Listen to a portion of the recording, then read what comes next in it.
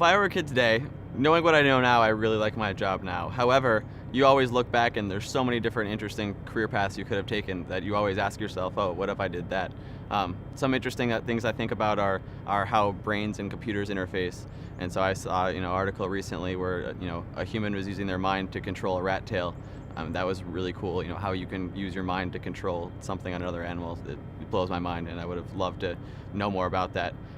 Also, medicine in general, or biology in general. All these new solutions to different diseases that are coming up. It would be cool to have a role in that. One of the nice things about STEAM career paths is that while even a path that might seem really specific, like spending your career studying materials, you can still have so many different career paths within that.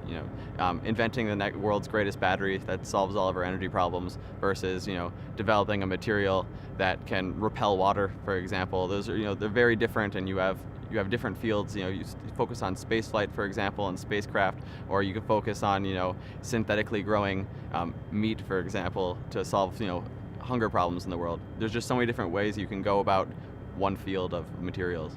And that's the case with a lot of different STEAM career paths. Is they might seem specific, but each one is a world of their own. Fortunately and unfortunately, people that find out about materials careers, when I'm telling them about my job, they think it's really interesting, but they didn't find out about it when they were a kid, and now they're already pilots and doctors, and it's interesting to them, but it's hard to go back completely and change fields. And so I think it's important for you guys to find out about these different careers at an early age. So if it interests you, you can decide what you want to do, and you're not looking back trying to decide if you want to completely change your career path once you find out about it later on. I'd encourage you guys to ask as many questions as possible to anyone that you come in contact with that knows more than you do about these type of careers. For the most part, if someone's in a STEAM career, they'll enjoy their job and like talking about it, and if you ask questions, they'll be happy to answer them.